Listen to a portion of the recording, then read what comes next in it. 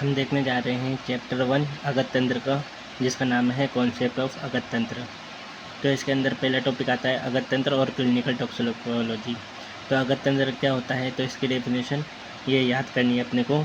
तो अगत तंत्र नाम सर्प, कीट, लूता, मूषक आदि दष्ट विष्ट व्यंजनार्थम विविध विष संयोगों पश्मनार्थम च।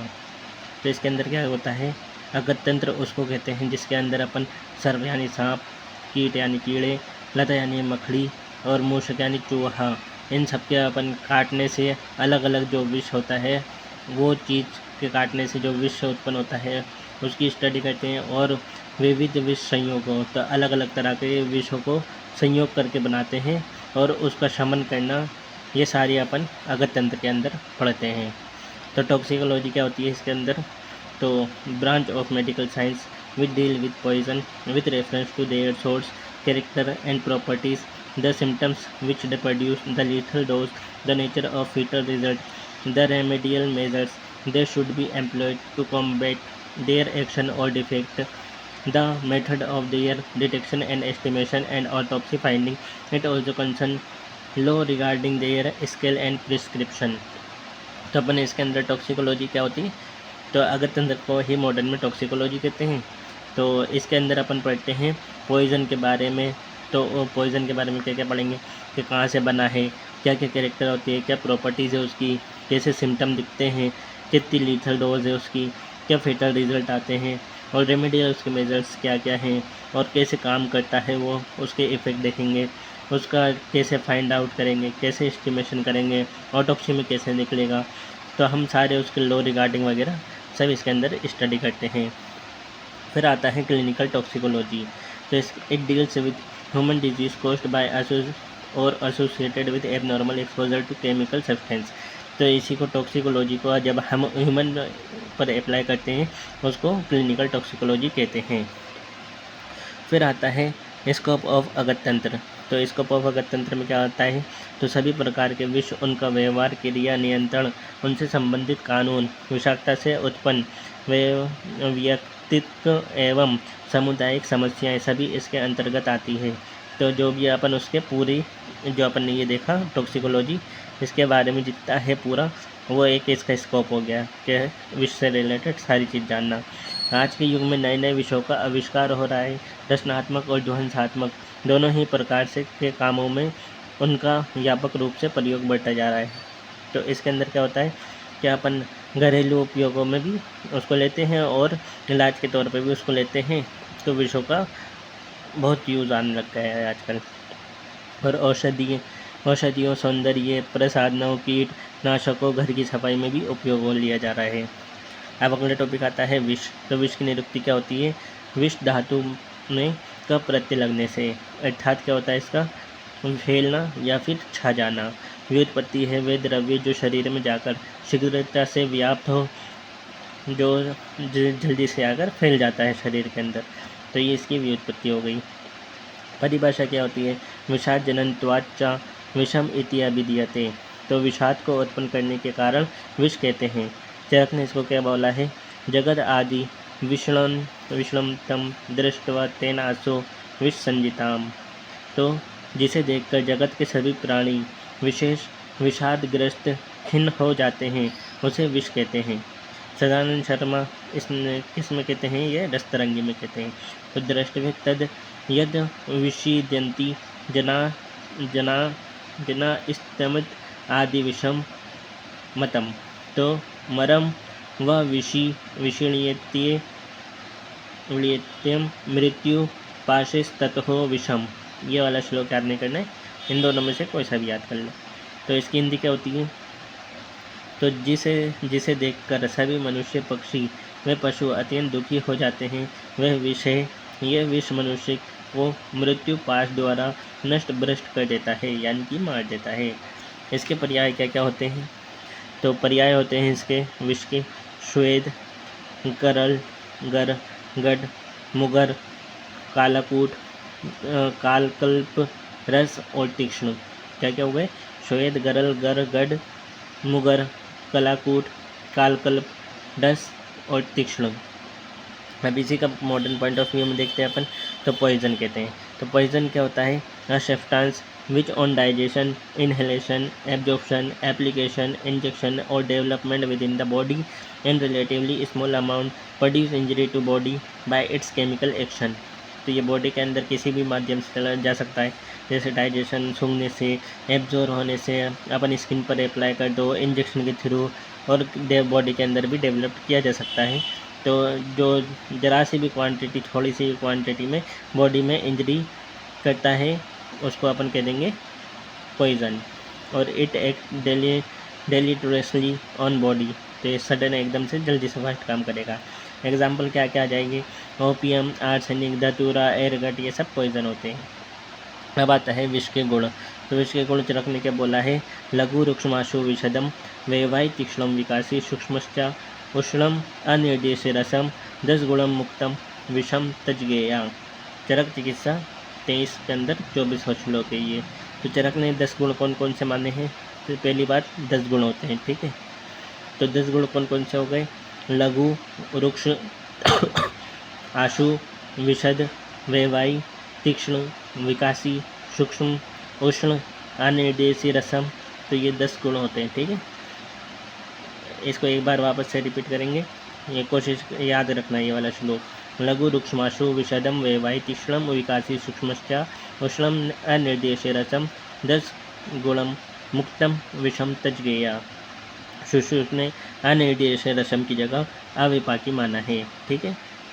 अब ओज के गुण क्या, ओज की डेफिनेशन क्या होती है? तित्रसादि नाम, शुक्रांत नाम, धातु नाम, यत् परम तेजा तत् खलु ओजस तेदयो बलम इति उच्यते रसशस्त्र सिहांतात्। फिर से पढ़ता हूँ। तत्र रसादि नाम, शुक्रांत नाम, धातु नाम, यत् परम तेजा तत् खलु ओजस तदेव बलम इति उच्यते सत्शस्त्र सिद्धांतात्। और इसके गुण क्या होते हैं? गुरु शीतम मृदु लक्षणम बेहलम मधुरम स्थिरम प्रसन्नम पिछलम स्निग्धम ओजो 10 गुणम स्मृतम। तो ये इसके गुण होते हैं ओज के। और दोनों के दोनों क्या होते हैं? विपरीत होते हैं, तो याद रखना है, ओके। अब देखते हैं डिफरेंस बिटवीन गुणोस, विष, मध्य और ओज। तो विष और मध्य के गुण सेम होते हैं और ओज के गुण विपरीत होते हैं। और मध्य में अनिर्देश की जगह अमल आता है, अम्ल, ठीक है। और ओज के गुण ये पूरे इसके विपरीत हो जाते हैं। तो ओज के गुण गुरु, स्निग्ध, शीत, मृदु, बहल, प्रसाद, स्थिर, सुलक्षण, पिछल और मधुर। विष के गुण होते हैं रुक्ष, लघु रुक्ष, उष्ण, तीक्ष्ण, सूक्ष्म, आशुकारी, वैवाही, विकासी, विशद और अनिर्देश रस, ठीक है। अब देखते हैं विष गति। तो जांगम विष जैसे कि सांप, बिच्छू आदि, इनकी गति क्या होती है? वो शरीर में नीचे की ओर जाती है, नीचे की ओर होती है। और मूलज या स्थावर विष की गति कैसी होती है? ऊपर की ओर होती है। तो जांगम स्याद अधो भागम ऊर्ध्वम भागम तु मूलजम। तो जांगम की अधोभाग में और मूलज की ऊर्ध्व भाग में, ठीक है। अब आता है विष वर्गीकरण। तो इसमें अंदर सुश्रुत ने विष को कैसे करा है? स्थावर, जांगम और संयोगज। संयोगज में आ जाते हैं गर्विष और कृत्रिम विष, याद रखना है। स्थावर विष, जांगम विष, संयोजक विष। संयोगज में क्या जाते हैं? गर्विष और कृत्रिम विष। चरक ने भी यही माना है। वाग्भट ने क्या माना है? विष को 2 पार्ट में बांटा है। अकृत्रिम विष जिसके अंदर स्थावर और जांगम आ जाते हैं, और कृत्रिम विष जिसके अंदर गर्विष आ जाता है, ठीक है। सदानंद शर्मा ने विष को स्थावर और जांगम में बांटा है। स्थावर में क्या जाते हैं? महाविष 9 आ जाते हैं और उपविष 11 आते हैं। अब देखते हैं अकृत्रिम विष। अकृत्रिम कौन होते हैं? स्वाभाविक, जो नेचुरल फॉर्म में मिलते हैं, तो अपने मूल रूप में पाए जाने वाले होते हैं। और स्थावर जो होते हैं वस्तुओं में पाए जाने वाले, जैसे वानस्पतिक यानी वेजिटेटिव में, और खनिज यानी वो ज़मीन से खोद कर निकालते हैं जो मिनरल्स उसके अंदर। और जांगम क्या होते हैं? जीव जंतुओं में से प्राप्त होने वाले। कृत्रिम विष क्या होते हैं? 2 टाइप के होते हैं, गर्विष और दूषी विष। तो गर्विष क्या होते हैं? ये संयोग, इसको अपन संयोगज भी कह सकते हैं। तो ये क्या होते हैं? Chemically prepared slowing poison. तो ये केमिकल से बनाए जाते हैं। अब इसके अंदर क्या होता है? विष रहित द्रव्यों के संयोग से, जो ऐसे नॉर्मली अच्छे होते हैं, विष नहीं होते, पर वो विष बन जाते हैं। जैसे मधु और घृत को सम मात्रा में यूज़ करने से वो विष समान होता है। और सविष या तो दोनों विष वाले मिला दो तो उसके विष से, और एक निर्विष और एक सविष के संयोग से तो वो भी सविष ही बन जाएगा। एक होता है दूसरी विष, तो ये क्या होता है, डेफिशिएंट, माइल्ड और स्लो पॉइजन होते हैं ये दूसरी विष, धीरे धीरे दूषित करते हैं। अब विष के अधिष्ठान कितने होते हैं, स्थावर के होते हैं 10 और जांगम के होते हैं 16।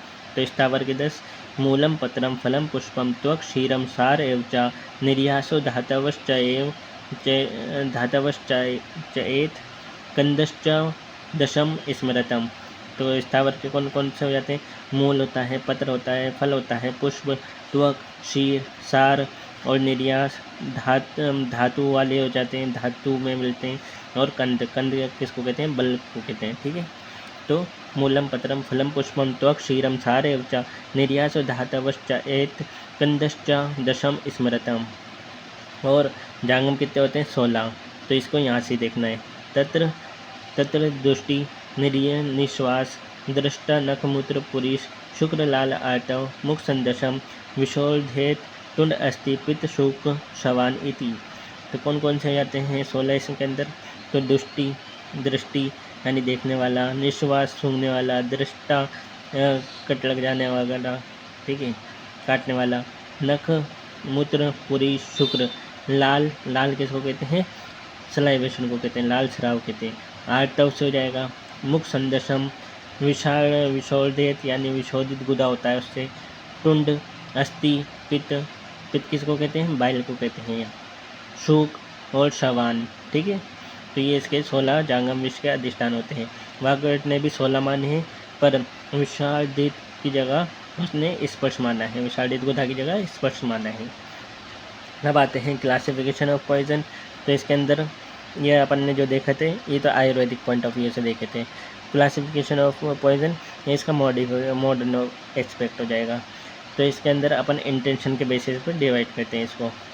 तो सुसाइडल होता है, क्या खुद ही ने लिया, होमिसाइडल किसी और ने दिया, केटल पॉइजन से हो सकता है, स्टूपिफाइंग जैसे शौक लग गया या सरप्राइज में पॉइजन आ गया, और फूड पॉइजनिंग होता है, एक ड्रग डिपेंडेंस होता है, एक अबॉर्शन कराने के लिए पॉइजन लिए जाते हैं, वो हो गया।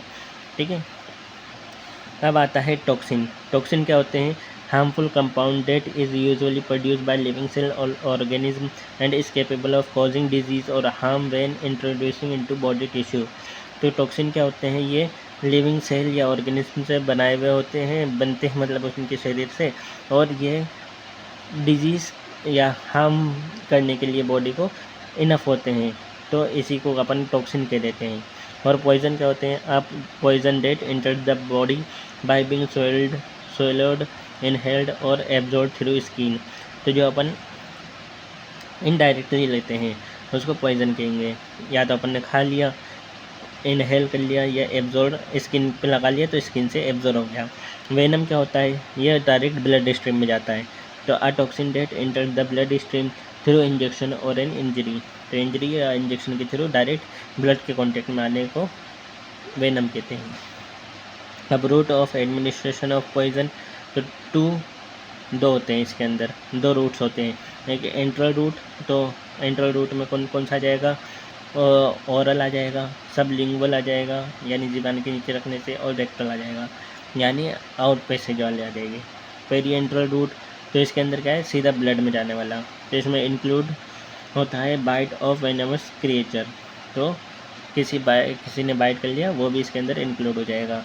ब्लड के थ्रू कैसे जाएगी, IV, intravenous, intradermal, intraosseous, intraarterial, intramuscular, subcutaneous और इनहेलेशन के थ्रू ये जा सकते हैं। अब आता है मोड ऑफ एक्शन ऑफ विष एंड पॉइजन, तो कैसे काम करता है। तो इसके अंदर देखेंगे, सर्वप्रथम रक्त दूषित करेगा, फिर उससे तीनों दोष और सभी धातुओं में आश्रय कर लेगा, फिर हृदय प्रदेश में प्रवेश कर मृत्यु कर देगा। तो विषम ही देहम संप्राप्य प्राग दूषयति शोणितम कफ पित्त अनिल आश्य चामु समदोषम सह शयान तत्व हृदय आस्थ्याय देहोच्छदाय कल्प्यते। तो क्या करेगा, सबसे पहले रक्त को दूषित करेगा, ठीक है। उसके बाद तीनों दोषों को दूषित करके तीनों सभी धातुओं में आश्रय बना लेगा। आश्रय बना के हृदय प्रदेश में प्रवेश करने के बाद मृत्यु कर देगा। फिर आता है अगला कि कैसे होता है, तो वात वाला के साथ कफजन्य रोग को उत्पन्न कर देगा। पित्ताशय में स्थित विष पित्त संग कफजन्य रोगों को भी करेगा। और कफ आशय में वात कफजन्य के साथ साथ पित्तजन्य रोगों को भी उत्पन्न करेगा, यानी त्रिदोषज हो जाता है, त्रिदोषजों को अफेक्ट करेगा। अंत में विष संपूर्ण शरीर में व्याप्त होकर शिरा, धमनी और शिरोधस आदि सभी वाहिनियों, सभी मार्गों को अवरोध कर प्राणों का अंत कर देता है। तो जहाँ जब ब्लड सर्कुलेट होता है उसके अंदर घुस जाएगा और जाके प्राणों का नाश कर देगा। अब विश्वकर्म मेनली डिपेंड ऑन किस किस पे देखा जाता है, तो उसके गुण पे देखा जाएगा, कैसे काम करता है उसके एक्शन पे देखा जाएगा, किस किस पर एक्शन करता है, दोष, धातु और मल पर करता है, तो इन तीनों के एक्शन देखे जाएंगे। मॉडर्न में क्या कहेंगे इसको, in many cases they either stop the transfer of oxygen to the tissue, तो ऑक्सीजन की सप्लाई को रोकेगा तभी सेल डेथ होगी, तो ट्रांसफ़र ऑफ ऑक्सीजन को स्टॉप कर देगा। और create an obstruction in the air respiratory passage by inhalation of enzyme, तो जब अपन सांस लेते हैं तो रेस्पिरेटरी में ही दिक्कत ऑब्स्ट्रक्शन कर देगा, कुछ ना कुछ अड़ जाएगा। Which are associated with the process, और क्या करेगा, myoneural junctions and ganglions and synapses are distributed, they are side of action, तो कहाँ का एक्शन करते हैं, नर्व पे काम करेंगे और मसल्स और उसके काम करेंगे, तो यहाँ पर आके डिस्टर्ब कर देगा ये। फिर आता है मोड ऑफ एक्शन, तो कैसे कैसे काम करता है। लोकल एक्शन में क्या करेगा, सीधे जाके जहाँ पर काम करना है वहाँ पर, जहाँ पर अपन लगाएंगे वहीं पर काम कर देगा, साइड ऑफ कॉन्टैक्ट पर ही काम कर देगा। जैसे acid and base cause irritation at the side of action, तो जहाँ पे लगाया अपन ने एसिड बेस वहीं पे इरिटेशन कर रहा है।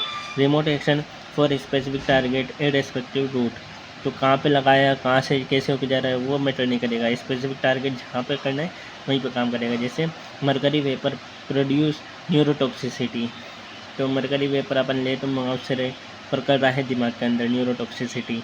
सिंपैथेटिक एक्शन में रिमोट लोकल एक्शन, तो snake bite affect both tissue and CNS, तो ज़्यादा ऑर्गन इन्वॉल्व हो जाएंगे इसके अंदर, ठीक है। तो जैसे ले अपन माउथ से रहे पर अफेक्ट कर रहा है टिश्यू और उससे सीएनएस को। जनरल एक्शन में absorb poison cause response on more systems, तो यह और ज़्यादा काम करेगा, तो इसके अंदर क्या जाएगा, आर्सेनिक और मरकरी। फिर आता है फैक्टर मॉडिफाइंग द एक्शन, तो किस किस से ये प्रभावित होएगा, तो क्वांटिटी और डोज से होएगा, जितने अपन ले रहे हैं ज़्यादा लेंगे तो ज़्यादा तेज काम करेगा। फॉर्म्स क्या क्या हो सकती है इसकी, फिजिकल, केमिकल और मैकेनिकल में। फिजिकल में गैस वेपर जो होते हैं वो जल्दी से एब्जॉर्ब हो जाते हैं, ठीक है, लिक्विड और सॉलिड से। केमिकल कंपोजिशन में AgNO3 और HCl ये क्या होते हैं, स्ट्रॉन्ग पॉइजन होते हैं, पर इनसॉल्युबल सॉल्ट के साथ मिलाते हैं तो ये हार्मलेस हो जाते हैं। क्या मैकेनिकल कॉम्बिनेशन में कोरोसिव होते हैं, तो कोरोसिव को डाइल्यूट H2O से मिलाया तो ये क्या करेंगे, इरिटेशन कोज करेंगे। मोड ऑफ एडमिनिस्ट्रेशन कैसे अपन ने लिया है उसको, तो इनहेल्ड का फास्ट काम करेगा, फिर IV का, फिर IM, SC, ID, और IID क्या है, इंट्राडर्मल वाउंड पर काम करेगा। फिर serious surface injection natural orifice, rectum और वजाइना आ जाएगी नेचुरल ओरिफिस में। अनब्रोकन स्किन के थ्रू भी एब्जॉर्ब होगा पॉइजन। कंडीशन ऑफ पेशेंट पर डिपेंड करेगी। एज के जिसमें आ जाएगा एज, तो एज चाइल्ड के पास फुल डेवलप डिफेंसिव नहीं होता तो उनको ज़्यादा अफेक्ट करेगा। हेल्थ हो जाएगी, हेल्थी पर्सन क्या है, टॉलरेट कर देगा, पर डिजीज़ वाले पर्सन में पहले इम्यूनिटी कम होगी तो जल्दी अफेक्ट करेगा। स्लीप एंड इंटॉक्सिकेशन, तो ये भी एक्शन को डिले कर देते हैं। और टॉलरेंस एंड आइडियोसिंक्रेसी, तो ये effect delay on regular use like alcohol, तो बार बार यूज़ करते हैं तो टॉलरेंस बढ़ जाती है। स्टेट ऑफ स्टमक, अगर फूड पड़ा हुआ है तो एक्शन पॉइजन का स्लो हो जाएगा। और कम्युलेटिव एक्शन भी होता है इसका। अब रूट ऑफ एलिमिनेशन, तो मेनली किडनी और कुछ स्किन के थ्रू भी ये एलिमिनेट होते हैं।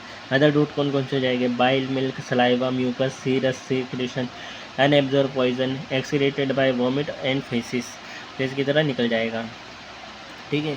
अब आता है अपना विषवर्धक भाव, तो इसके अंदर क्या आता है, विषवर्धक भाव कितने होते हैं, 18 होते हैं। तो क्षुधा तृष्णा धर्म, धर्म किसके रिलेटेड है? संशय।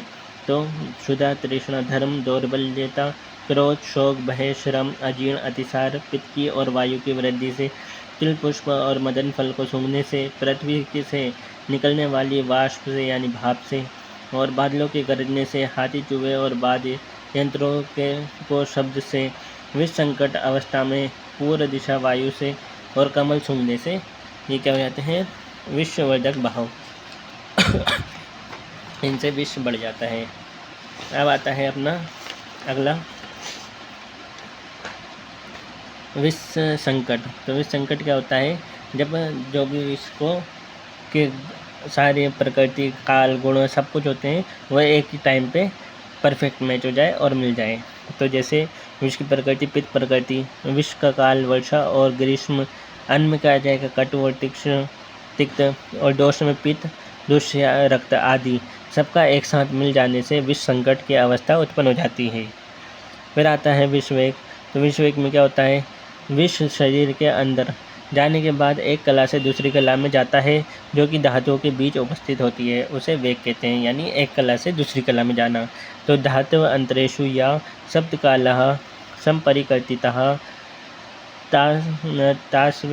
तास्वेग के काम अतिक्रमाय वेगम प्रकृते विषम। और चरक ने कितने 8 वेग माने हैं, जिसमें 8 वेग जो होता है वो मृत्यु ही होता है, और सुश्रुत और वाग्भट ने 7 वेग माने हैं। वेग अंतर क्या होता है? एक कला से दूसरी कला में जो जाने का टाइम होता है उसको कहते हैं। एक कला से दूसरी कला में वाद दौड़ द्वारा जाने में जो समय लगता है उसे वेग अंतर कहते हैं। तो येनांत अंतरेण तु कालम कालकल्पम भिन्नति ही समीरणो हे मानम तत्तु वेग अंतर स्मृतम। तो कौन कौन से वेग आते हैं अब वेग देखते हैं, इम्पोर्टेंट है ये। तो फर्स्ट वेग ये चरक अनुसार देख रहे हैं अपन, ठीक है। तो इसके अंदर 8 वेग आ गए। 8 वेग कौन से देख लिया अपन ने? डेथ, ठीक है। 8 वेग होता है डेथ वाला। अब फर्स्ट वेग में, और फर्स्ट वेग में क्या आएगा? रस आश्रय लेता है, रस, फिर रक्त, फिर मांस, फिर वात आदि दोष आ जाएंगे, फिर दृष्टि मंडल में विकृति हो जाएगी। तो रस में क्या जाएगा? अपन देखते हैं फर्स्ट वेग में उसको उल्टी आएगी। तो उल्टी आने से पहले क्या होएगा? उसको एकदम से सलाइवेशन आएगा, यानी परसेक होएगा। फिर उसके उसको दंत हर्ष, एकदम चिमचिमाहट मचेगी दांतों में, तो दंत हर्ष हो जाएगा। फिर वमथु यानी वमन हो जाएगा। वमन होने के बाद क्या है? सारा लिक्विड निकल गया, तो उससे क्या हो जाएगा? उसको प्यास लगे, तृष्णा हो जाएगा। चक्कर आएंगे तो मोह हो जाएगा, और क्लमा, खाना नहीं खिलाया जाएगा, तो ये हो जाएगा, क्लम आ जाएगा, ठीक है। और इसकी चिकित्सा कैसे करेंगे? अग्निकर्म और वमन से की जाती है। सेकंड वेग क्या आता है? रक्त का आश्रय लेता है। तो इसके अंदर अपन याद करेंगे अस्थमा, BV, MJ, इम्पोर्टेंट वाले यही है, ठीक है। तो अस्थमा से आ जाएगा तमक, स्वास्थ्य लेगी उसको। और B से क्या आ जाएगा? ब्रह्म। V से आ जाएगा V से वेपथु। M से आ जाएगा मूर्छा। J से आ जाएगा जरम्बा, और अंग चिमचिमाहट भी होगी, और वेवणता भी आ जाएगी, क्योंकि रक्त ही वर्ण प्रदान करता है, तो वेवणता हो जाएगी। इसकी चिकित्सा में वमन और विरेचन देंगे। थर्ड वेग होता है मास। तो इसके अंदर अपन देखते हैं सारी स्किन डिसऑर्डर होगी। तो जैसे मंडल हो जाएगा, कंडू, कोष्ठ और शोथ सूजन आ जाएगी। इसके अंदर चिकित्सा में क्षारगत यूज़ किया जाता है। फोर्थ वेग में वात आदि दोष आते हैं। तो वात से क्या हो जाएगा? अंगशूल होता है, शूल को उत्पन्न करता है। पित्त से दाह हो जाएगा, और कफ से छर्दी और मूर्छा आती है, ठीक है। और इसके अंदर चिकित्सा करेंगे तो गौमेय रस, गोघृत, मधु और कपित्थ रस का प्रयोग करेंगे। फिफ्थ आती है दृष्टि मंडल विकृति। तो दृष्टि यानी आँखों में विकृति होना। तो इसमें क्या होएगा? नील दर्शन होने लगेगा, और तमस दर्शन यानी कालापन आ जाएगा। इसकी चिकित्सा में क्या करेंगे? आँखों की चिकित्सा करनी तो अंजन और नस्य से करेंगे। सिक्स्थ वेग होता है हिक्का। हिक्का में अपन कैसे चिकित्सा करेंगे? संज्ञा स्थापन द्रव्य देंगे, या फिर हल्दी, मजिष्टा, मरीच, पेपली, इन सबको मिलाकर देंगे। सेवंथ वेग क्या होता है? स्कंदभंग। तो इसकी चिकित्सा की जाती है काकपत, यानी एक पत्ता लेते हैं और उसको रख देते हैं, ऐसा कुछ होता है, ठीक है। एनिमेटेड पॉइजन काकपत देते हैं। एट वेग में क्या होता है? डेथ हो जाती है, और उसकी अगर चिकित्सा भी करना है तो लास्ट में क्या करते हैं? पित्त के पेकों को दे देते हैं, या पलाश के बीज दे देते हैं। वैसे तो चिकित्सा नहीं होनी चाहिए डेथ के बाद, फिर भी ठीक है, दे रखा है तो अपन ने पढ़ लिया। अब सुश्रुत अनुसार देखेंगे तो फर्स्ट इसने 7 ही वेग माने हैं, ठीक है। फर्स्ट वेग में जीव श्यावता, मूर्छा, स्तब्धता और श्वास। और चिकित्सा कैसे करेंगे? वमन, शीतंबु, सर्पी, अगत। अगत में क्या जाएगा? सर्पी और मधु। सेकंड वेग में आता है वेपतु, दहा, सात, कंट्रुजा। और इसके अंदर चिकित्सा देंगे तो ये तीनों पुरानी वाली और विरेचन भी कराएंगे। थर्ड वेग में क्या होता है? तालु, शोष, हृदय वेदना, हरित, छूना, लोचन हो जाएंगे, ठीक है। और आमाशय में शूल होएगा। इसके अंदर चिकित्सा में अगत पान कर देंगे, अंजन नस्य दे देंगे। फोर्थ वेग में क्या होएगा? पकवास से तोद हो जाएगी, आंध्रकूजन, हिक्का, आकाश और शिरोरुजा हो जाएगी। इसके अंदर चिकित्सा में स्नेह मिश्रित अगत पान देंगे। फिफ्थ वेग में क्या होता है? कफ श्राव होता है, विवर्णता हो जाती है, परभेद, सर्वदोष, प्रकोप हो जाते हैं, पकवाशय में वेदना होती है। इसके अंदर चिकित्सा में देंगे मधु, मधुयष्टि, स्वात और अगत पान दे देंगे। सिक्स्थ वेग में क्या होती है? बुद्धि और प्राणों का नाश हो जाता है, अतिसार होता है, तो इसमें चिकित्सा भी अतिसार की जाएगी, अतिसार चिकित्सा। और अवपीड़क नस्य देंगे। सेवंथ वेग में स्कंद, पृष्ठ कटी का टूटना, श्वास अवरोध और मृत्यु हो जाती है। और चिकित्सा में काकपत सिर पर और अवपीड़न नस्य देंगे। अब विषपीत के लक्षण, तो विषपीत के लक्षण में क्या होता है? संवाद गृह दुमाभम पुरुषम। तो कैसे हो जाता है? सूट कलर का, यानी राख के कलर का जो होता है वो पुरुष निकलता है और गैस के साथ निकलता है, फ्लैटस। और जब विष अंदर जाता है उसका पीत यानी उसकी सेचुरेशन आने लगती है, तब क्या होता है? अतिसार हो जाता है, आदमान होता है, अति अटम उष्णम आंसू यानी वॉर्म टीयर्स, गर्म आंसू निकलेंगे, विवणता हो जाएगी, सात पीड़िता हो जाएगी। और उदतम अध्यय फैन यानी मुंह से झाग निकलेगी, फ्रॉथ फ्रॉम माउथ। और जब विष से मुक्त हो जाता है तो उसके लक्षण क्या जाते हैं? प्रसन्न दोषम यानी दोष बैलेंस हो जाएगी, प्रकृतिस्थ धातु नॉर्मल हो जाएगी, अनाभिकांक्षं तो भूख लगने लगेगी, अच्छी फीलिंग आएगी भूख लगने की, सम्मूत्र जीवहबम तो एलिमिनेट वाले जो मल वगैरह होते हैं ये सब बराबर मात्रा में निकलेंगे। और प्रसन्न वर्ण इंद्रिय चित्त चेष्टा, तो सारी इंद्रिय वर्ण और चित्त मन भी अच्छा हो जाएगा, चेष्टा भी अच्छे से करेगा, तो ये सब हो जाता है। ये सारा अपन ने चैप्टर का इसको कंप्लीट कर लिया है 27 मिनट के अंदर। तो उम्मीद है आपको समझ में आया होगा। बाकी का नेक्स्ट चैप्टर आगे देखेंगे। ओके, धन्यवाद।